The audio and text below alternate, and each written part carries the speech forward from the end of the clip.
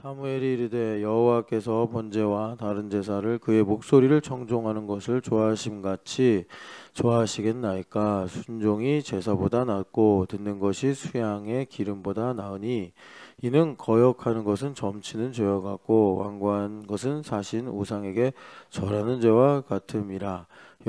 왕이 여호와의 말씀을 버렸으므로 여호와께서도 왕을 버려 왕이 되지 못하게 하셨나이다 하니. 어제 우리가 13장 말씀을 읽고 또 사무엘 선지자가 망령되게 행하였습니다 라는 말씀을 들었습니다. 그러니까 사울 왕의 이 이야기를 통해서 하나님께서 그 마음이 합한 것이 뭐냐 이걸 우리한테 가르쳐 주신다 이렇게 보면 좋겠는데, 그런데 그런 이제 말씀이 이렇게 간단하게, 비교적 간단하게 이렇게 정의나 어떤 스테이트먼트로 우리한테 이해되기가 쉽지 않으니까 하나님께서 이런 이야기로, 내러티브로 우리에게 말씀하신다. 그래요. 그래서 망령되게 행하는 게 뭐냐? 에서가 망령되게 행했고 아사왕이 또 망령되게 행했습니다. 그래서 히브리서에서도 이 망령된 일에 대해서 새 언약을 히브리서에서 우리에게 가르쳐 주는데, 그러니까 이 새 언약의 은혜를 누리고 새 언약의 이 백성으로 사는 데 있어서 우리에게 그 가장 큰 장애물이 될 수 있는 게 이제 망령되게 행하는 것이다. 그러니까 영적인 가치가 함몰되는 거다. 우리가 영적인 감수성을 가져야 되는데 그래서 센서빌리티를 가져야 된다는 겁니다. 그런데 이제 그런 것들이 둔감해지거나 또는 뭐라 그럴까, 하여튼 이렇게 망각이 되어버리면 지금 이제 사무엘이 말씀하시는 사울왕과 같은 상황이 생기는데, 영적인 감수성이 있다. 이거는 이제 잠언으로 말하면 지혜롭다 이러는 것입니다. 그래서 에서 같은 경우 보면은, 그러니까 팥죽, 너무나 배가 고파서 팥죽을 먹느라 야곱이 하는 말, 그러니까 장사권을 달라 이 말, 그걸 가벼이 여긴 거죠. 뭐 농담인 줄 알았다. 뭐 장자권이라는 게 얼마나 그 중요하고 대단한 건데 그냥 뭐 팥죽 한 그릇에 뭐 대수롭지 않게 에서는 여겼을 수도 있죠. 근데 하나님은 그것을 중요한 또 영원한 한 순간으로 이제 보시는 거죠. 이제 그런 것들을 분별하지 못하는 것.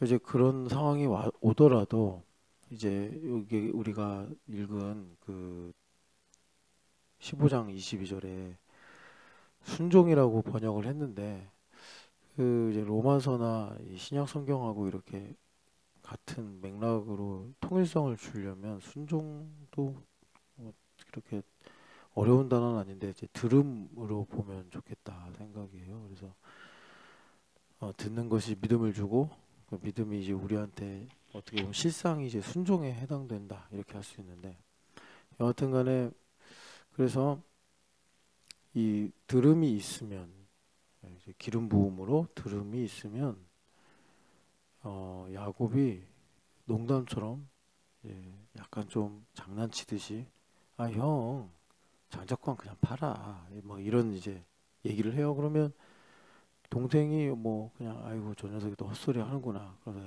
너나 가져라 막 이런 식으로 이제 농담으로 주고받는 상황이더라도 성령 하나님께서 주장하셔서 정색을 하고, 너무 배가 고픈데도 불구하고 또 동생 하는 말이 그냥 장난스러운 것 같아도 그러니까 하나님 뜻에 합당하게 반응하고 지혜롭게 말하게 된다. 이걸 사무엘 선지자가 우리에게 말씀하고 있습니다. 그러니까 에서와 야곱의 상황을 놓고 보면 그러니까 에서는 들음이 있고 야곱은 들음이 없는 거죠. 이게 들음이라는 게 매우 영적인 현상이기 때문에 야곱은 그 순간 모르겠어요. 야곱이 정말 사악해서 형이 사냥을 나간 사이에 이 기회를 사용해야겠다 해가지고 열심히 팥죽을 쏘아가지고 형이 딱 들어올 때 그렇게 약점을 노려서 장자권을 얻어야겠다 그랬는지 그냥 자기가 집에서 어머니 심부름이나 자기가 하고 싶어서 팥죽을 쓰다가 형이 들어오는데 그냥 평소에 야곱은 항상 좀 형을 부러워했잖아요. 그러니까 그런 마음으로 팥죽 먹으려면 장자권 내놔 뭐 이런 식으로 이렇게 농담을 했든지 간에 여하튼 간에 그래서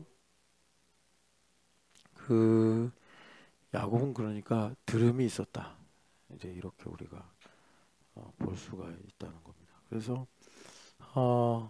그 에서가 이 장자권을 팥죽으로 그러니까 바꾼 거 이제 그런 걸 망령되게 행했다. 우리가 그 교회됨 40이라면서 죄가 뭐냐 하면 먼저는 그 위치를 떠나고 또 질서를 떠나고 그리고 육으로 행하고 그러면서 이제 우리는 그리스도인이기 때문에 구원받았기 때문에 가장 그 큰 죄가 네 번째 영으로 행하지 않은 죄다 이렇게 이제 말씀한단 말이에요. 그 말은 뭐냐면 이제 우리도 살면서 질서를 떠날 때가 있단 말이죠. 들음이라는 게 여러분 로마서 6장 16절의 말씀대로 질서의 문제잖아요. 내가 누구의 말을 듣는가 이런 거. 그러니까 우리는 항상 보이는 인과율을 가지고 내가 행동한 것, 지금 내가 처한 상황을 설명하려고 하는데 성경은 이제 그런 것들을 차근차근 이게 분석을 하면서 결국은 내가 누구 뒤에 줄 서 있느냐 이제 이거를 우리의 원인으로 이제 말씀을 한단 말이에요. 내가 누구 뒤에 줄 서 있느냐, 뭐 아니면 내가 근본적으로 세상을 사랑하냐, 하나님을 사랑하냐 이 문제를 말씀하는 거죠. 우리가 예수님을 믿고 구원받았는데도 불구하고 때로는 우리가 엉뚱한 데 줄 서 있는 말을 한단 말이에요.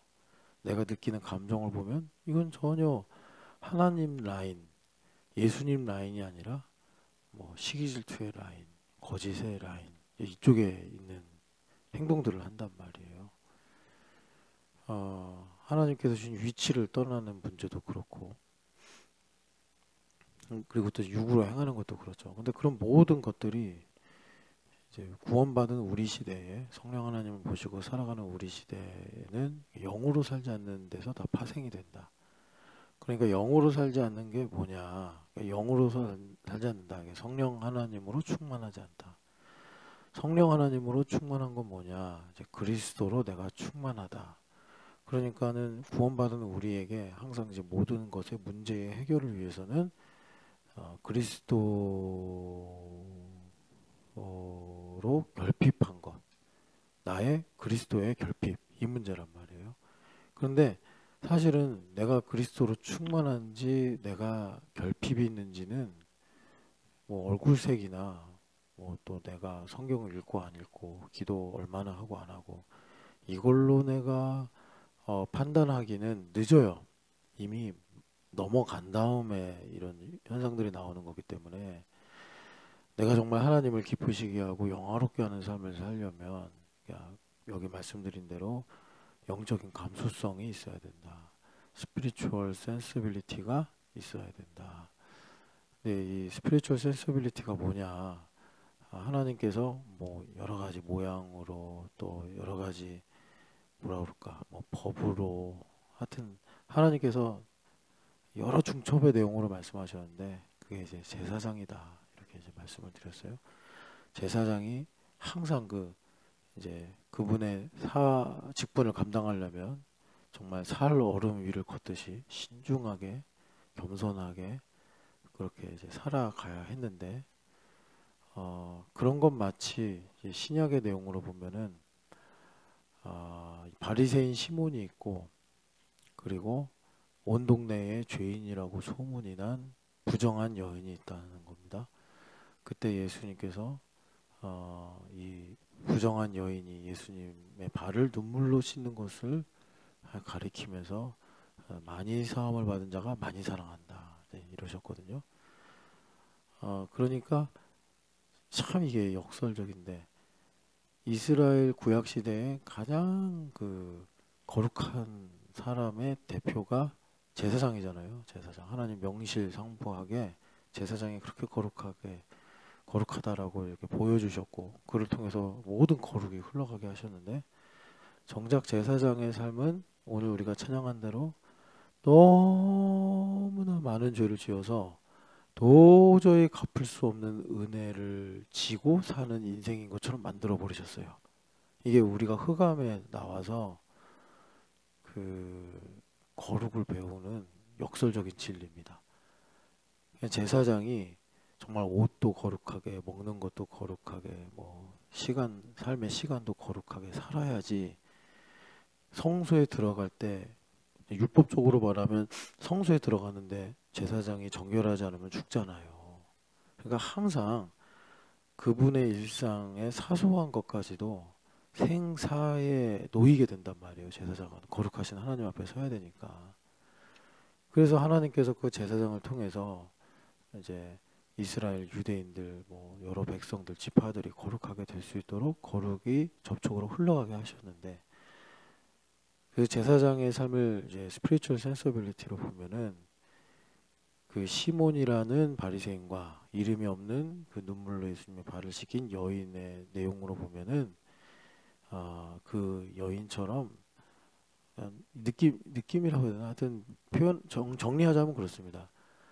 이 사람이 죄인이라는 것에 대해서 아무도 이의가 없을 만큼 분명한 죄인이고, 그리고 그 이야기 장면으로 보면은 그 사람들 중에 제일 죄인이에요. 제일 죄인. 그러니까 거기에 나오면 안 되고 그렇게 하면 안 되는 사람인데, 이제 하나님께 은혜를 받은 게 너무나 커서 한량없는 은혜, 그걸 받아서 예수님의 발을 씻기는 이런 일들이 생긴, 그 센스빌리티를 가지고 하루하루를 사는 게 이제 제사장이고, 그렇게 살아갈 때 우리가 나의 자유의지를 죄로 인한 노예 의지가 아니라 하나님의 영광을 위한 영광스럽고 거룩한 노예 의지로 그렇게 살아가게 하는, 그게 이제 참 자유다, 주님께서 말씀하시잖아요.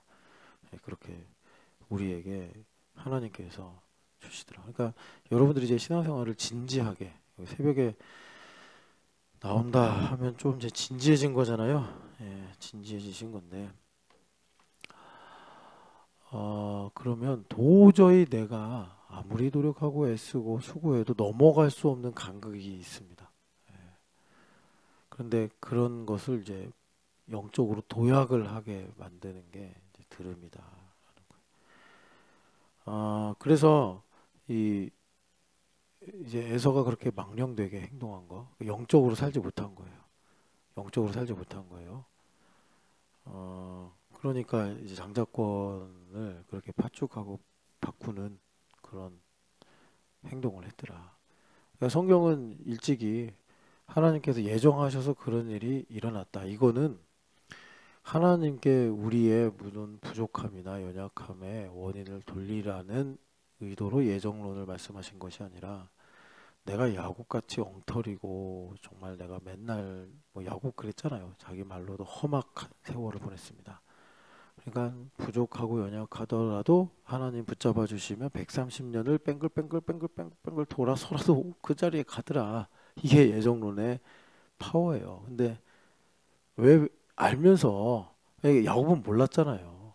몰랐으니까 뺑글뺑글 돌다가 결국은 이제 이거였구나, 이렇게 이제 130살이 돼가지고 파라오 앞에서 죽은 줄 알았던 요셉이 살아 돌아온 걸 보면서 이거였구나, 그렇게 이제 알게 돼서 파라오를 축복을 했는데, 뭐 굳이 예정하심이 있으니까 나는 그냥 뺑글뺑글 돌아야지, 그렇게 살 필요는 없잖아요. 그거는 멍청한 자유의지잖아요, 그죠? 그래서 이제 예정론은 그럴 때 쓰는 거다. 그럴 때 쓰는 거다. 하나님께서 붙잡으셔서 우리를 그렇게 하나님의 뜻대로 살아가게 하시더라. 그래서 우리는 더 망령되게 행동하는 게 아니라 더 충만한 영적인 사람으로 살기를 이제 추구해야 돼요. 아사 왕도 초창기엔 잘했잖아요. 그래가지고 제가 정확하게 기억이 안 나는데 아사 왕 인생에 두 번의 전쟁이 있었는데 첫 번째 전쟁이 더 규모가 컸어요. 엄청 큰 전쟁이었는데 그때는 하나님을 의지했단 말이에요. 하나님을 의지하고 그 영으로 행동한 거죠. 그래서 하나님께서 태평성대를 주시고 순적한 삶을 주셨는데 이게 이제 어려운 게 뭐냐면 그렇게 되면 여러분 흑암에서 사는 것 자체가 죄입니다 라는 거 여러분 좀 이해가 되십니까?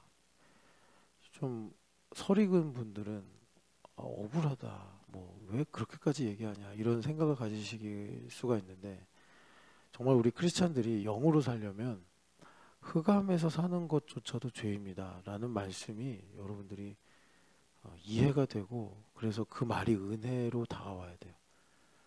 그래서 내가 은혜로 사는구나. 내가 미치지 않고 내가 하나님으로부터 멀어지지 않고 그래서 은혜로 사는구나. 이제 이걸 우리가 알게 되는데 아사 왕이 하나님의 복을 받아서 그래서 태평성대를 누렸어요. 아사 왕 그리고 괜찮은 사람이었어요. 이제 이 왕들 보면은 좋은 왕이 있고 악한 왕이 있는데 그래도 선왕의 뭐 여호사밧 같은 그런 이제 라인에 있는 왕이에요. 그래서 잘 살았어요. 근데 이게 이제 문제인데 잘 사니까 먹고 살기 좋으니까 하나님과 멀어진 거예요. 이게 참 문제인 거예요. 그러니까 우리 교회가 만물통치 이제 이 부분을 참 중요하게 우리가 고백하고 또 배우잖아요. 만물통치라는 게 그러니까 하나님께서 이 현실 속에서 나를 하나님의 나라, 하나님의 통로로 이제 사용한다는 건데 근데 그렇게 되면 여러분 어쩔 수 없어요. 현실은 현실의 문제거든요. 그러니까 하나님께서 우리에게 영향력을 주신다고요. 영향력을 주셔요. 그 말은 뭐냐면 아사왕처럼 태평성대를 맞이할 수 있다 이런 겁니다. 태평성대를 맞이할 수 있다. 그래서 마음이 놓이잖아요. 이게 우리 인간이 어쩔 수 없는 게 우리가 하나님을 가까이 하는 데 있어서 배부른 게 좋으냐 배고픈 게 좋으냐 여러분 이 흑암 세상에서 하나님을 가까이 하려면 배고픈 게 좋아요. 그래서 예수님께서 마태복음에는 심령이 가난한 자는 복이 있다고 하신 거고 누가복음은 심령을 빼고 가난한 자는 복이 있다 이렇게 말씀하신 거예요. 이게 참 신명기에서도 하나님께서 누차 여러 차례 말씀하시면서 당부하시잖아요. 이걸 너희들의 힘으로 가졌다고 생각하면 안 된다 막 이러시면서 그러니까 참 아사왕 이야기 보면 아사왕 특별히 죄 지은 것도 없어요. 근데 그가 그렇게 하나님을 의지하고 기도했던 일로 인해서 그 이후에 태평성대가 왔는데 그것 때문에 자기도 모르게 자신 안에 자기 중심성 이게 강화된 거죠. 그냥 소리 없이 눈처럼 소복 쌓인 거예요. 그게. 그래서 정말 아사왕의 중심을 위협할 만큼 탁 찬 거예요. 그때 하나님께서 첫 번째 전쟁의 규모가 컸다고 그랬잖아요. 이렇게만 얘기하면 좀 그러니까 역대하 16장을 한번 보겠습니다. 역대하 16장 보면은 아사왕의 장인데 아사왕이요 처음엔 좋은 왕이었어요. 그래가지고 아사왕이 히스기야 왕처럼 종교개혁도 하고 그랬어요. 그래서 15장 8절을 보면은 오댓의 예언을 듣고 마음을 강하게 하여 해가지고 이제 막 유다를 살리는 종교개혁을 일으켰는데 아사왕의 이야기가 생각보다 길었네요. 14장 보면은 그 구스 에티오피아죠. 이 구스가 그 당시 이제 에티오피아 상당히 강국이었습니다. 애굽이나 뭐 위쪽에 여러 이제 뭐 아수르나 바벨론하고 상대할 만큼 상당히 큰 세력을 가지고 있는 나라가 구스였는데 구스가 군사 100만 명과 병거 300대를 거느리고 왔다는 거예요. 유다를 치러. 그래서 유다 여기 아사 왕이 11절에 강한 자와 약한 자 사이에 이게 유명한 기도인데 주님밖에 도와줄 리가 없습니다. 그래요. 여러분 정말 영감이 임해서 여러분들의 삶에 꼭 이 기도가 여러분들의 입술에 있기를 축복합니다. 그래서 승리를 했어요. 아유, 뭐 그러니까 뭐 저기 히스기야 왕이 아수르 군대를 이긴 거랑 거의 그냥 음, 비슷한 스케일이에요, 이 전쟁은. 그리고서 아사가 은혜를 받아가지고요, 선지자 오뎃을 통해서 배워서 그냥 막 우상들 다 제거해버리고 하나님께 열심히 예배하고, 심지어 15장 16절 보면은 아사 왕의 어머니가 있는데 이 어머니가 우상 숭배자인 거예요. 그랬더니 과감하게 어머니의 이 뭐라 그래요? 하여튼 그 패하고, 어머니가 이제 왕 뭐야 태후, 하여튼간에 어머니를 패하고 그냥 그 아세라를 막 찧어서 빻아가지고 그냥 가루가 되어 만들어 버리고 막 이렇게 했단 말이에요. 그래서 19절에 얼마나 좋은 말씀이 있냐면, 이때부터 아사왕 제35년까지 다시는 전쟁이 없었더라 그래요. 야, 그런데 이제 35년 이후 36년에 구스하고는 비교도 안 되는 바하사, 이게 이스라엘 왕인데 뭐 구스하고 비교가 안 되죠. 뭐 유다랑 만만하거나 유다 아래 국력을 갖고 있는 나라인데, 아니 바하사가 와서 이제 문제를 일으키는 겁니다. 아니 그런데 이럴 때 아까 전처럼 강한 자와 약한 자 사이에 도와주실 수 있는 분은 하나님밖에 없습니다. 하나님만 의지하겠습니다 하면 딱 좋겠는데, 아니 그 사이에 뭐 공부를 했는지 뭘 또 자기가 아는 게 있다고 생각하는 건지 아람 왕 베나다덱에 그 하나님의 성전에 있는 은금을 다 모아가지고, 이 왕이 정신이 나갔지 아람 왕한테 가서 아버지요, 하나님을 아버지라 부르지 않고 아버지요 하면서 말이에요, 도와달라고. 아니 그래가지고 문제는 해결이 됐어요. 아, 그랬더니 그때 선견자 하나니, 이제 선지자 하나니가 나와서 이러면 안 됩니다, 이래가지고 이제 하나님께서 은혜를 주실 수 있겠습니까 하면서 8절에 옛날의 추억을 얘기하는 거예요. 구스 때 어땠습니까 왕이시여. 그래서 우리가 이제 많이 기도했던 말씀인데 9절 같이 읽어보겠습니다. 여호와의 눈은 온 땅을 두루 감찰하사 전심으로 자기에게 향하는 자들을 위하여 능력을 베푸시나니, 이 일은 왕이 망령되이 행하였은즉 이후부터는 왕에게 전쟁이 있으리다 하매.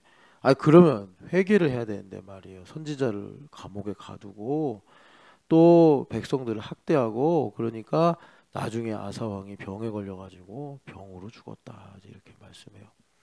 그런데 제가 이제 이렇게 이걸 자세하게 여러분들하고 보는 이유가 35년까지 전쟁이었었더라. 이게 아사 왕이 말년에 참 이렇게 거꾸로 가는 일의 원인이 되었더라. 그러니까 우리 교회가 들어야 될 말씀 뭐예요? 말년이 좋아야 돼. 말년이. 그러니까 무슨 말이에요? 하나님께서 만물통치라는 이런 하나님의 나라와 영광과 권세를 가지고 우리에게 영향력을 주시더라도 우리가 하나님을 걱정스럽게 만들면 안 된다. 지금 우리가 사울왕 이야기 읽는데, 여러분 아까 전에 읽었던 그 사무엘상 15장에도 사무엘 선지자 그러잖아요. 왕이 스스로 작게 여길 때가 있지 않았냐. 그 행구 사이에 숨어가지고 말이에요. 아니, 딱 일어서면 한 키가 우리 김 목사님처럼 185 이상이 됐나 보지. 우리 교회 남자들 다 175 이하잖아요. 다 고만고만 도토리들인데 이제 김 목사님 딱 서면 와 185 정도. 근데 너무 이제 자기가 무슨 영향인지 모르겠는데 겸손했어요. 그래가지고 일부러 이렇게 막 고개도 낮추고 다리도 쭈그리고, 그래서 키가 그냥 저보다 작은 것처럼 그런 마음을 갖고 있던 사람인데, 아니 왕이 되고 나서 그 마음을 잃어버려가지고 이제 망령되게 행하고 있단 말이에요. 아사 왕도 그랬다는 거죠. 그러니까 참 우리가 뭐 예수님 안 믿는데 여기 모이는 게 아니잖아요. 예수님 믿고 또 하나님 나의 삶을 통해 캠퍼스 선교나 또 일본 선교나 또 저 북한, 하나님께서 어쨌든 간에 이런 모든 정말 큰 변화, 우리가 지금 아이들하고 토지를 읽고 있는데 1897년 한가위 이렇게 시작한단 말이에요. 그러니까는 조선말 소용돌이 속에서 이제 뭐 신분제가 뒤집어지고 뭐 이제 빈부 가난한 자와 부자가 뒤집어지고 막 이런 이제 상황이에요. 땅을 잃어버리고 평사리에 살던 사람들이 간도로 가고 막 이런 상황이니까는 막 뒤죽박죽인 세상이죠. 그 1897년 한가위보다 더 혼란스럽고 어지러운 게 우리 시대란 말이에요. 하나님께서 큰 변화를 일으키신다고, 큰 변화를. 그럴 때 이제 하나님께서 우리에게 기회를 주셔서 정말 청지기로서 영향력을 주실 때 우리가 그 은혜로 인해서 아사왕처럼, 아니 하나님께서 준 영향력 때문에 내가 뒤로 물러가면 안 되잖아요. 마음이 완고해지면 안 되잖아요. 더 겸손해져야 되는데, 하나님을 더 가까이 하기 힘써야 되는데, 사울왕처럼 말이에요. 영적인 감각이 없어지고, 아사왕처럼 영적인 감각이 없어져서 옛날에는 힘들고 어려움 와서 주님 살려주세요 기도합니다 이러던 사람이 말이에요.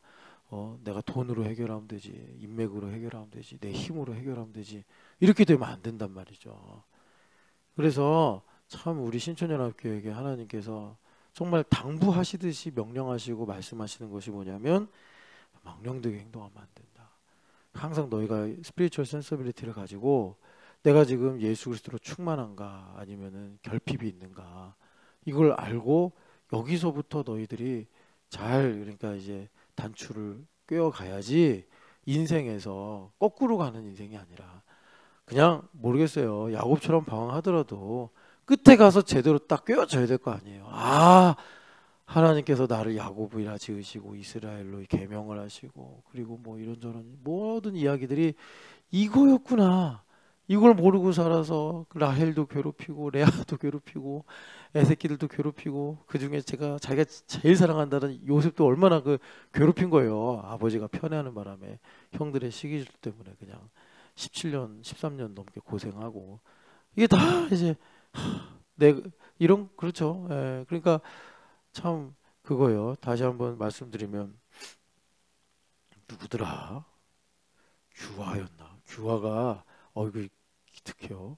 아닌가? 딴 애였나? 아직 제가 긴가민가한데, 그 철야 때 제가 그 마음이란 소설에 이런 문장이 있다 해서 일본어로 적어드렸잖아요. 그걸 또 따라 적었더라고요. 예, 그런 이 모순에서 이제 나로 벗어나게 되는 구원을 하나님께서 주시더라라는 겁니다. 그래서 여러분, 어제 말씀을 우리가 다시 한번 복습하듯이 들으면서, 우리 시대에 가장 위험한 건 망령되게 행동하는 거고, 이 망령되게 행동한다는 거는 스피리추얼 센서빌리티가 사라지는 거다. 그러니까 여러분 잘 봐봐요. 사무엘과 사울 아까 15장 이야기도 보면은, 이건 뭡니까 했더니 사울 왕이 제사하려고 한 겁니다. 하나님께 드리려고 이렇게 가져온 겁니다. 그러니까 내가 영적인 감수성을 잃어버리면 꽤나 교회적이고 성경적이고 신앙적인 얘기를 하면서 전혀 하나님 중심이 아닌 말을 하는 가운데 빠진단 말이에요. 이걸 우리가 어떻게 우리가 우리 머리로 분별하고 우리 의지로 우리가 이거를 고치겠냐고요. 사울 왕이 얼마나 자기 딴에는 뿌듯했겠어요. 그러니까 우리로 말하면 내가 자식 잘 키웠다, 내가 교회를 열심히 섬겼다, 내가 뭐 하나님 이렇게 사랑한다. 우리 입술로는 그렇게 말해. 뭐 내가 교회를 이렇게 사랑한다, 뭐 이렇게 말할 수는 있어요. 근데 하나님은 여기 이제 여호와의 눈이 온 땅을 두루 감찰하신다 그러잖아요. 이 말의 다른 표현이 예수님의 눈은 불꽃 같고, 계시록에 나오잖아요. 우리 교회 머리 드신 예수님의 눈은 불꽃 같다. 그 예수님의 눈이 불꽃 같다라고 하고서 바로 나오는 말씀이 예수님의 발은 빛나는 주석과 같다, 이렇게 말씀해요. 그러니까 이 예수님의 발이 주석 같다라는 거는 이 놋이라는 얘기인데, 그러니까 심판을, 아주 공의로운 심판을 상징하는 거예요. 놋과 같다. 너가 놋성벽과 같다. 너를 통해서 하나님께서 그렇게 심판을 하신다, 이런 겁니다. 그런데 그러시려면 주님께서 꿰뚫어 보셔야 될 거 아니에요. 솔로몬 왕이 지혜로울 때 어떻게 했죠? 꿰뚫어 봤잖아요. 누가 진짜 엄마인가 이러면서. 그러니까 우리 주님은 그렇게 우리 중심을 꿰뚫어 보시는데, 근데 이제 무섭게 보시는 게 아니고, 이제 우리 사랑하셔서 아픈 게 있으면 고쳐주시고 더러운 게 있으면 깨끗하게 하시려고 그렇게 불꽃 같은 눈동자로 보시는 거죠. 그러니까 아사 왕도 그냥 주변에서 35년간 전쟁이 없고, 그리고 구스를 이기고 났으니 뭐 이제 열방에는 대단한 왕으로 비춰졌겠죠. 그런 가운데 얼마나 사람들이 칭송을 했겠습니까? 왕 덕분에 잘 삽니다. 정말 대단한 왕이십니다. 다윗 왕보다 훌륭하신 거 아닙니까? 뭐 이런 말들이 오가지 않았겠습니까? 그러니까 아사 왕이 그런 가운데 처음에는 아닙니다. 주님께서 하셨습니다. 주님께서 하셨습니다 하다가 그래 좀 내가 잘했지 뭐 이런 느낌으로, 그래서 나중에는 사람들이 아사 왕 훌륭하십니다라는 말을 안 하면 저놈 이상한 놈이네 뭐 이런 느낌이 드는 거예요. 35년간 내가 다스려서 전쟁이 없는데. 여러분 다윗 왕 때도 얼마나 전쟁이 많았어요. 그죠? 다윗 왕 40년 동안 여러분도 보시면 알겠지만 뭐 수시로 전쟁이 나잖아요. 뭐 이스보셋부터 해가지고 저기 압살롬 뭐 또 여러 가지 또 이상한 놈들 나타나서. 그런데 아사 왕 때는 진짜 찍소리 못한 거예요. 모압, 암몬, 에돔, 뭐 아람도 찍소리 못하고 밑으로도 가만히 조용한 저 구스를 그냥 때려 잡았으니까. 아니 그런데 이제 그런 일들 때문에 아사 왕이 이 시간이라는 게 참 무서운 거예요. 자기도 모르게 바뀌는 거예요. 그러니까 사울 왕도 마찬가지예요. 내가 하나님께 정말 이 소도 양도 염소도 다 이 하나님께 예물로 드리려고 가져왔습니다. 그러니까 막 튼실튼실해요. 막 너무 이게 잘한 것 같아요. 그냥 우리로 말하면 매우 신앙적이고 매우 성경적이고 매우 뭐라 그럴까 또 교회적인 것 같은 그런 말을 우리가 하는데, 인간이라는 게 존경한다고 그러면서 나스메 소새끼가 한 말대로 그 머리 위에 발을 올려놓는 생각을 한다. 아주 나스메 소새끼가 메이와쿠 이면에 숨어있는 일본인들의 마음을 딱 찌르는데, 그러면 일본 사람들이 되게 수치스럽게 여겨서 야 그 나스메 소새끼의 그 마음을 읽지 마 그럴 줄 알았는데 또 그걸 자기네 그 문학의 대명사로 이렇게 여기는 거 보면 참 알다가도 모를 민족이에요. 여하튼 간에 인간이 그런 습성을 가지고 있어요. 자기 힘으로 살면 반드시 모순에 이제 이르게 되는 거예요. 사랑한다 그러면서 야곱이 그런 거예요. 사랑한다 그러면서 채색 옷을 입혀서 그놈의 채색 옷 때문에 요셉이 사실은 여러분 그 형들이 그 옷에다 피를 묻히고 다 찢어서 이 맹수가 이렇게 내 동생을 집어 삼켜 먹었습니다. 그랬는데 그게 사실 형들의 마음 아닙니까? 저 채색 옷 찢어버리고 싶은 거죠. 막 맹수와 같은 이 분노와 시기 질투가 막 이글이글 거렸던 거죠. 그러니까 동생을 팔아 먹어버리고 그냥 그 울분과 모든 서름을 다 토해내면서 막 동생 옷을 찢어가지고, 그 맹수가 찢어 먹은 것이니 뭐 얼마나 참혹했겠어요. 그 옷이 피 묻혀가지고 막. 근데 나중에 이제 130살이 돼서 오는 게 그게 내 아들들이 그런 게 아니라 내가 그런 거구나. 내가 형님을 속이고 아버지를 속이고 하나님의 영광과 뜻이 무엇인지 모르면서 살면서 결국 내가 자초한 거구나. 그러니까 이제 야곱이 12아들을 축복한 거죠. 예언하면서. 그래서 그 12아들이 여러분 사실은 뭐 요셉 빼고는 다 세상 말로 개차반 같은 애들 아니에요. 다. 근데 족장이 됐단 말이에요. 레위도 시므온도 다 족장이 돼서 그 각 지파마다 이렇게 하나님께서 거룩하게 하신. 그래서 그 12지파가 여러분 그 12아들이 다 400년 동안 생육번성하지 않았습니까? 요즘 우리나라 보면 생육번성이 얼마나 중요한지 막 피부로 실감하잖아요. 인구가 소멸되니까 교육도 안 돼, 국가 안보도 안 돼, 경제도 안 돼, 아무것도 안 돼. 야, 이 생육번성이 참 중요한 거구나. 이거를 말이에요. 마침 약간 좀 동물학적으로 이렇게 봐가지고 별거 아닌 것처럼 생각했는데 하나님께서 생육번성 안 하게 해버리면, 은혜를 베푸시지 않고 걷어가 버리시면 이게 안 되는 거라. 그래 참 하나님께서 그렇게 이스라엘 축복하셨는데 그게 야곱의 변화에서부터 시작이 됐다. 그게 이제 130년이 걸렸다. 다시 우리 사울왕 사무엘 이야기로 오면은 하나님께서 우리에게 말씀하시는 것이 너희들이 망령되면 안 된다. 그래서 항상 우리가 모든 일들을 볼 때 이제 해결을 해야 되면 원인을 찾자 하면 그것을 나와 그리스도의 관계에서 봐야 된다. 내가 그리스도로 충만한가. 여기서부터 우리가 항상 점검하고 또 내가 이렇게 그리스도로 충만한 것으로 풀어가는 이런 일들을 우리가 가져야 된다. 그래서 여러분 제가 계속 이제 뭐 스피리추얼 센서빌리티다 이렇게 말씀을 드리는데, 이거는 그러니까 성경에 뭐 이미 진작에 있던 표현으로 말씀을 드리면 하나님 마음에 합했다 이겁니다. 여러분 위가 비면 배고프죠. 아무 일도 할 수가 없어. 마음이 비면 쓸쓸해서 힘들죠. 외로워. 근데 여러분 예수님께서 비어 계신 거를 우리는 생명처럼 느껴야 된다는 거예요. 예수님 내 안에 비어 계셔. 내가 예수님, 그러니까 멀어졌다는 거죠. 뭐 예수님께서 계시다가 떠나시고 이러신 분은 아닌데 내가 예수님하고 나도 모르게 흑암에 사니까 그냥 멀어질 수 있어요. 그냥 낮잠 신나게 잤는데 멀어질 수도 있는 거고요. 내가 사람들하고 재밌게 보내고 막 뭐 여행을 갔다 왔든지 뭐 재밌는 어디를 갔다 왔든지 너무 좋은 시간, 그것도 하나님 은혜예요. 그래서 좋은 시간을 보내고 왔는데 이제 이런 거죠. 아, 그 하나님하고 좀 멀어진 것 같다. 이런 느낌. 그걸 우리가 생명같이 여겨야 된다. 그래서 다윗 왕은 그런 영적인 감수성이 있어서 실제로 다윗 왕 인생에 많은 위기가 있었는데 오히려 하나님께서 그 위기를요 파라오 왕처럼 쓰신 거죠. 하나님 이제 바울 사도의 말을 우리 잘 기억하자고요. 바울 사도가 하신 말씀만이 아니라 그분의 인생을 하나님께서 우리에게 교본으로 주시니까 잘 보면, 그래서 그분이 로마서 9장, 10장, 11장에 왜 내가 이방인의 사도가 되었는가, 이게 우리한테도 열쇠란 말이에요. 그래서 우리한테도 바울 사도가 로마서 11장을 통해서 말씀하시고 너희도 이 비밀을 알기를 원한다. 왜? 너무 좋으니까 너희도 이 비밀을 알기 원한다. 그 비밀이 뭐예요? 나는 폭행자요 핍박자였는데 나는 그 순간도 그러잖아요. 나는 뼈의 골수까지 민족주의자다. 그래서 내가 저주를 받아서라도 나는 우리 친지들 고륙들이 구원받기 원한다. 이런 말씀 하시잖아요. 예.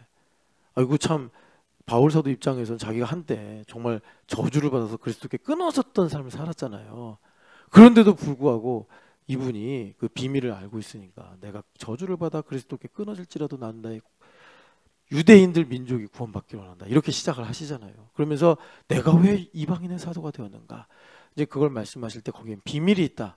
그 비밀을 풀어가는 그 말씀의 시작이 모세 선조의 기도에서부터 시작이 되는데 기도응답 받으셨잖아요. 주여 주의 영광을 내게 보이소서 했더니 그게 자윤이라 하고 말씀하신 거예요. 자윤이라. 그러니까 나는 내가 긍휼력일 자를 긍휼력이고 내가 은혜 베풀 자에게 은혜를 베푼다. 근데 바울 사도가 그 말씀을 출애굽기 33장의 말씀을 묵상하면서 로마서 9장에 한 걸음 더 나가는 게 뭐냐면 완악하게 하시고자 하는 자를 완악하게 하신다. 그래서 예배하는 자, 하나님을 사랑하는 자, 하나님 말씀에 순종하는 자만이 아니라 심지어 하나님은 하나님을 대적하고 하나님을 반대하는 사람을 통해서도 영광을 받으신다. 이걸 넘어가야 된다고요. 우리가 이걸 넘어가야지 바울 사도가 11장에 말씀하신 비밀을 알게 되는데, 그 비밀은 뭐냐면 뭐 어렵고 힘든 것이라기보다 나의 인생의 가장 깊은 곳에 있는 하나님의 은혜와 사랑을 내가 알게 된다라는 것입니다. 그것이 말하자면 바울 사도가 말씀하시는, 그러니까 하나님께서 나를 통해 뜻을 이루시는 만물 통치의 열쇠다. 이제 이렇게 말씀을 드릴 수가 있어요. 그래서 영적인 감수성은 뭐냐? 하나님 마음에 합한 것이다. 하나님 마음에 합한 것이다. 그래서 이 하나님 마음에 그 합하려면 하나님께서 나를 얼마까지 영적으로 민감하게 하기를 원하시는가, 이걸 먼저 여러분들이 아셔야 된다. 그러면 하나님께서 얼마나 나에게 영적인 민감함을 요구하시느냐. 구약 성경 보면 하나님께서 여러 가지 예시로 그 하나님께서 차별 대우를 하시는 걸 가르쳐 주시잖아요. 근데 이거는 불공정한 차별 대우가 아니라 완전한 차별 대우예요. 그러니까 이거를 우리가 흑암에 살면서 우리가 가지고 있는 이성과 경험으로는 이해할 수가 없어요. 차별이 어떻게 완전해? 지금은 뭐 PC다 그래가지고 차별 같은 걸 아주 그냥 뭐 가장 나쁜 걸로 여기잖아요. 그런 시대 정신이 지배하는 시대인데, 성경은 하나님은 완전하시기 때문에 하나님은 다양성을 추구하시면서 또 하나됨을 추구하시고, 그 다양성과 하나됨은 이게 이렇게 이제 하나가 되기가 어려운 건데 하나님은 그렇게 하신단 말이에요. 그렇게도 하시면서 하나님께서 별의 영광도 있고 해의 영광도 있게 하시는데, 여기서 이제 중요한 거는 하나님께서 나에게 얼마나 그러니까 민감한 영적인 민감성을 요구하시느냐. 제사장만큼이냐, 아니면 일반 유대인만큼이냐, 아니면 유대인보다 더 먼 사람이 있어요. 그게 뭐냐면 이제 거류민이라고, 이방인인데 어쩌다가 떠돌다가 이제 자기가 어디로 가려고 하다가 유대 땅에 왔는데 때마침 뭐 이런 거죠. 뭐 그러니까 유월절 이런 절기를 맞아서 보니까 이제 마음에 감동이 있고 해가지고 그 유월절에 참여했는데 그 순간 이제 말하자면 전도가 된 거예요. 그 거류민, 그 항상 거류민 이야기가 나오는 거예요. 근데 가운데 거하는 거류민들 이런 말씀이 항상 나오는 건데 나에게 어느 정도의 영적인 민감함을 요구하시느냐 이것은요 여러분들 우리가 알 수가 있어요. 어떻게 알 수 있느냐 아까도 그 우리가 잠깐 누가복음에서 나온 말씀 봤는데 누가복음 7장에 나온 그 여인처럼 내가 하나님께 받은 은혜만큼입니다. 은혜만큼. 그러니까 여러분 여기서 되게 중요한 게 내가 하나님께 얼마나 은혜를 받았는지는 사실 내가 하나님 앞에 얼마나 열심히 나아가느냐에 의해서 알게 되는 거겠죠. 근데 내가 하나님께 받은 은혜를 모르면 내가 나를 배반하는 삶을 살아요. 그러니까 다시 말하면 하나님께서 우리에게 자유의지를 주셨잖아요. 갈라디아서 5장 1절 말씀처럼 그리스도께서 너희를 자유롭게 하셨다. 그래서 신명기 말씀대로 우리가 선택할 수 있단 말이에요. 생명과 복을 선택할 수 있고 사망과 저주를 선택할 수 있는데 그 3대 족장 중에 야곱을 보면 야곱이 우리랑 제일 가까운 거예요. 이름이 이스라엘로 개명이 됐고 우리도 영적인 이스라엘이니까. 그런데 그 야곱의 인생을 보면은 항상 자기가 선택했어요. 모든 걸 다. 하나님 그렇게 하도록 내버려 두셨어요. 또 그래야 하나님 영광을 받으시니까. 그런데 야곱이 그렇게 가면서 그러니까 사망과 저주의 길을 선택한 거예요. 계속. 그러니까 사망과 저주의 길로 요셉도 가서 고생하고 사망과 저주의 길로 나머지 11명의 아들도 가서 맨날 쌈박질하고 죄짓고 우상숭배하고 그러고 살고. 그러니까 이런 모든 일들을 우리가 하나님께서 나에게 얼마나 큰 영적인 그 민감함을 요구하시느냐는 내가 하나님 앞에 어떻게 반응을 해서 내게 주신 은혜가 무엇인지를 내가 깨달을 때 이제 그걸 정답을 우리가 알 수 있다 이것입니다. 그러니까 이런 것이에요. 하나 예를 들면은 나의 인생에 어떤 문제가 왔어요. 항상 여러분 이제 인생에서 문제가 오면 이거는 파라오구나 이렇게 생각하시면 돼요. 그러니까 파라오는 지 승질껏 했어요. 그죠? 10번의 재앙도 겪고 그것도 모자라서 사실 11번째 재앙이 뭡니까? 쫓아가다가 다 수장돼 버린 게 11번째 재앙이 나올 수 있잖아요. 그러니까 이 파라오는 끝까지 안 꺾여요. 근데 하나님께서 어쨌든 그 놈을 통해서 영광을 받으셨는데 우리 인생에 뭐 가난이나 질병이나 뭐 고통이나 이런 것들도 마찬가지예요. 지 승질껏 나를 막 괴롭히고 저주하고 그러는데 결국은 하나님께서 그것을 통해서도 너희는 가만히 있어 내가 너의 하나님 됨을 알지어다. 이런 이제 하나님의 기회로 삼으신단 말이에요. 은혜의 수단으로. 그러니까 여러분들 전혀 두려워하지 마시고 파라오 같이 여러분들 죽이려고 쫓아오는 인생에 문제가 있거든. 저놈 또 저 홍에 빠지려고 날 따라오는구나 생각하시고 찬양하세요. 너희는 가만히 있어 하면서 주가 하나님 됨 볼지어다. 이 찬양하시면 하나님께서 구름 기둥과 불 기둥으로 다 결자해제 하시듯이 우리를 구원하시는데 그런데 이제 주님께서 우리에게 그 너에게 내가 얼마나 큰 그 영적인 그 민감함을 요구하시느냐 그것은 내게 하나님께서 얼마나 큰 은혜를 주셨는가 이것을 내가 알게 될 때 자연스럽게 하나님께서 여기까지 나를 원하시는구나. 이것까지 내가 하나님 앞에 이 시간까지 뭐 말하자면 나를 일주일 단위로 만나시는지 하루 단위로 만나시는지 아니면 제사장처럼 그냥 나는 너의 24시간 다 원해 이래 버리실 수도 있어요. 하나님께서 거기까지 원하시면 내가 그렇게 은혜를 받은 거예요. 그럼 내가 그렇게 이제 하나님께 반응을 해야 되는 거죠. 난 이렇게 하나님의 종되었구나. 근데 그거를 우리가 이제 하나님께 하나님 은혜 주셔서 감사합니다. 은혜로 살기 원합니다. 그러면 여러분 우리 안에 성령 하나님 계시기 때문에 성령 하나님께서 얼마든지 인쳐 주십니다.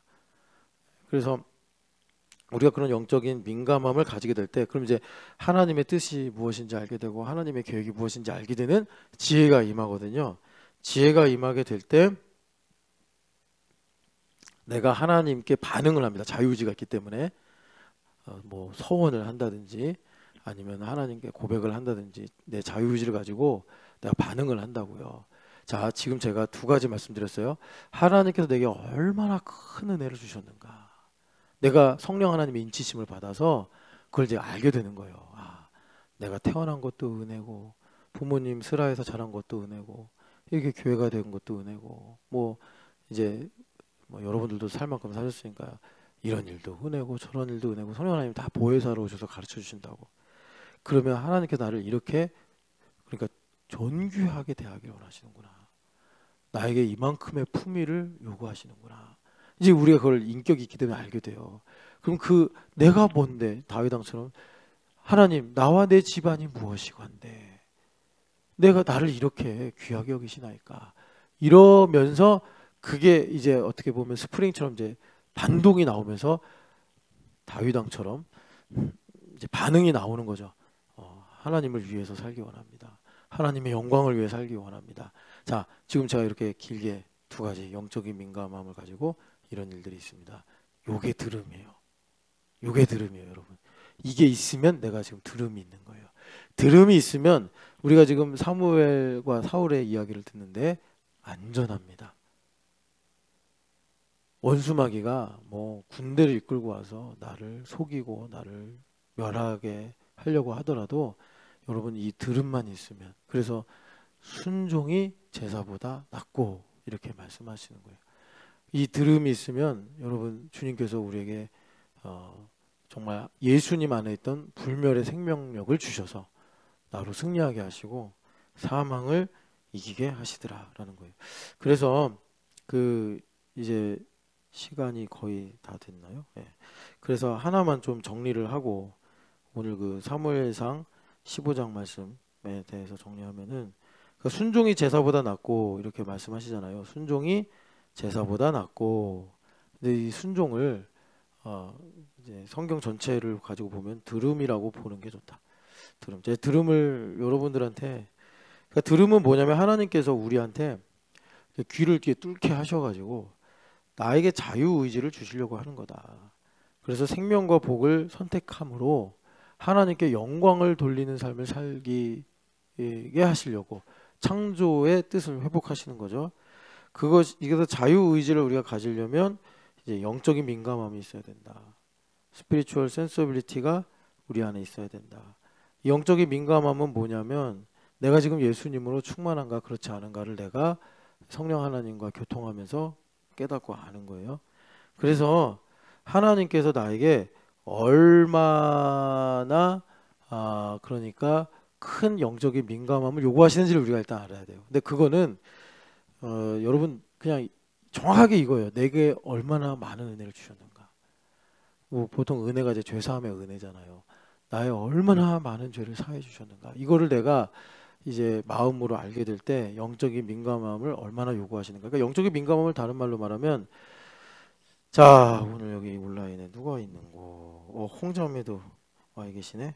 성은아 너는 나 없으면 죽는다. 성은아 너는 아파도 새벽 예배 나와야 된다. 그게 영적인 민감함이에요. 그게. 그러면 성은자매 입장에서는 아니 새벽 예배 좀 빠질 수 있지 뭐 그거 뭐 성은자매 새벽 예배 열심히 나오시는 분이니까 아니 뭐 내가 좀 몸이 안 좋거나 바쁘면 못 나올 수도 있지. 근데 영적인 민감함을 주님께서 우리에게 어떻게 가르쳐 주시냐면 아니다 성은아 새벽 예배 나와야 산다. 이렇게 이런 걸 나에게 이제 알게 하시는 거예요. 네. 또 누구야? 꼴찌로 온 사람. 조은영도 은영아, 너가 네 성격을 알지 않냐? 그래서 이거 은연자, 그러니까 저한테도 그래요. 네가 네 힘으로 할 수 있는 게 뭐냐? 너 나한테 떨어지면 끈 떨어진 연이다. 넌 새벽 예배에 딱 붙어 살아야 된다. 이렇게 말씀하시는 게 영적인 민감함이에요. 그걸 하나님께서 우리의 인생의 여러 장면을 통해서 인치시고 가르쳐 주셔서 나로 그러니까 하나님을 가까이 하고 사는 게 복이구나를 알게 하시는 거예요. 알게 하시는 거예요. 네, 그렇게 될 때 이제 나를 향한 하나님의 뜻과 계획을 알게 돼서 여러분 근데 하나님의 계획과 뜻을 안다는 게 뭐냐면 꼭 기억하세요. 제가 지금 성경 말씀 구절이 정확하게 기억이 안 나는데 시편 105편으로 제가 이게 어렴풋이 기억을 하는데 우리의 소원을 만족하게 하사 나로 독수리 같이 날게 하신다는 하여튼 나를 청춘이 되게 하신다. 내 소원을 만족하게 하셔서 시편에 있고 그리고 빌립보서 2장인가 보면은 하나님의 기쁘신 뜻을 위하여 우리에게 소원을 두고 행하게 하신다. 그러니까 여러분 하나님의 나를 향하신 뜻과 계획을 안다는 거는 정말 우리가요 살면서 아는 게 없이 살아요. 아는 게 없이 산다는 게 뭐냐면 내가 나조차도 내가 제일 좋아하는 게 뭔지 모르고 살아요. 네. 플라톤이 말한 대로 내가 좋아하는 게 있는데 우리의 이 이성이라는 게 뭐냐면 이 좋아하는 것의 그림자를 보고 아, 이게 실체인가 보다 그러고 있다고. 그러니까 우리가 어떻게 보면 이제 빛이 이렇게 비추면 반대로 바라보면서 아, 내가 이걸 좋아해 그러는데 사실은 이제 이 실체가 있다는 거죠. 그러니까 그 하나님께서 자신의 나를 향한 뜻을 알게 된다는 것은 내가 정말 좋아하고 그 좋아하는 것이 무엇인지를 알고 어떻게 이루는지를 깨닫게 하셔서 영광을 받으신 거예요. 하나님 이렇게 나를 사랑하시는군요. 영광을 받으시는 거예요. 그게 나를 향한 하나님의 뜻을 아는 거예요. 진짜 내가 좋아하는 것을 일부 한 10%밖에 모르고 살았는데 10%만 알고 살았는데 내가 하나님 앞에서 영적인 민감함을 가지고 사니까 내가 좋아하던 게 이런 그림이었군요. 그냥 나는 그 그림의 한쪽 모서리만 보고 난 이걸 좋아해. 난 이거 없으면 못 살아 그랬는데 하나님을 알고 나니까 오, 이게 이렇게 큰 그림이야 하면서 이제 하나님 정말 나를 향하여 이런 계획과 놀라운 뜻을 가지고 계셨구나. 이렇게 알게 되는데 이런 게 이제 영적인 민감함을 통해서 온다. 그래서 여러분 이 들음은 어떤 것과 같은 거냐? 들음은 여러분 그 호세아에서도 똑같은 말씀해요. 하나님께서 제사보다 뭘 원하신다고 그러죠? 인애를 원하신다 그러잖아요. 인애, 헤세드. 그래서 여러분이 헤세드가 참 성경에 광범위하게 쓰이기 때문에 헤세드를 좀 이제 그 모든 걸 종합해서 결론을 내려보면 헤세드는 자격 없는 사람한테 주시는 것이 헤세드예요. 그러니까 내가 주고 싶고 줄 만한 사람한테 주는 사랑은 헤세드가 아니라 그건 거래라고 보면 되고, 하나님께서 우리에게 인애를 베푸시잖아요. 헤세드, 룻이 나오미에게, 보아스가 룻에게, 또 어떻게 보면은 나오미가 룻에게 이렇게 서로 헤세드를 주시는 거예요. 하나님 헤세드 안에 있어서 다 보면 안 줘도 되고 또 줄 필요가 없는 뭐 모함 여인이기도 하고 뭐 생전 처음 보는 아저씨이기도 하고 또 뭐 할머니 나랑 이제 끝난 뭐 시어머니 뭐 이런 관계인데도 불구하고 서로 헤세드를 주는 거예요. 네. 그러니까 자격 없는 나에게 주신 하나님의 사랑이 헤세드고 성령 하나님의 인도하심에 의해서 나의 어떤 인본적인 동기와 의도 없이 흘러가는 게 이제 헤세드다. 그런데 이거를 그러니까 이제 우리가 하나님께도 드려야 되잖아요. 호세아서의 주제가 너희 인애는 왜 이렇게 아침 안개같이 쉽게 사라지냐. 하나님 탄식하시잖아요. 우리 죄 때문에 우리가 맨날 그냥 하나님을 좋아했다 싫어했다 이러니까. 그래서 하나님께 드린 헤세드는 뭐냐면 로마서 5장 5절의 헤세드인데, 소망은 우리를 부끄럽게 하지 아니하노니 성령으로 말미암아 하나님 아버지의 사랑이 우리 가운데 부어지느니라 그러고요. 그 말은 무슨 말이냐? 날씨가 구주나 맑으나 기분이 좋으나 안 좋으나 가난하나 부하나 변함없이 주님을 사랑하는 거. 이게 헤세드예요. 내가 컨디션 좋을 때 하나님 사랑해 뭐 그러다가 컨디션 안 좋으면 싫어 멀어 뭐 아무것도 몰라 막 이렇게 하는 게 아니라 안 좋아도 하나님 사랑하고, 이게 하나님께 내가 말하자면 헤세드를 이제 드리는 거다. 그 신명기 6장 4, 5절 마음을 다하여 뜻을 다하여 힘을 다하여 하나님 사랑하는 거고, 이것이 뭐냐면 하나님을 아는 지식이다 이렇게 말해요. 하나님을 아는 지식이다. 근데 이 지식이라는 게 우리가 책을 읽고 배우는 그런 정보나 뭐 그런 지식이 아니고, 이 지식은 뭐냐면 그냥 여러분 이렇게 이해하시면 돼요. 하나님을 안다. 그러면 이런 거죠. 내가 그 일이 뭔지 몰라도 정말 요즘 말로 느낌적인 느낌으로 아, 이거 하나님 기뻐하시는구나. 끌려가는 게 하나님을 아는 지식이 있는 사람이에요. 그래서 로마서 10장 2절 보면은 이스라엘 백성들이 하나님을 향한 열심은 있었는데 지식이 없어가지고 자기 의를 세우려고 하나님의 의에 대해서 복종하지 않았다. 이게 이스라엘 역사의 그냥 요약이에요.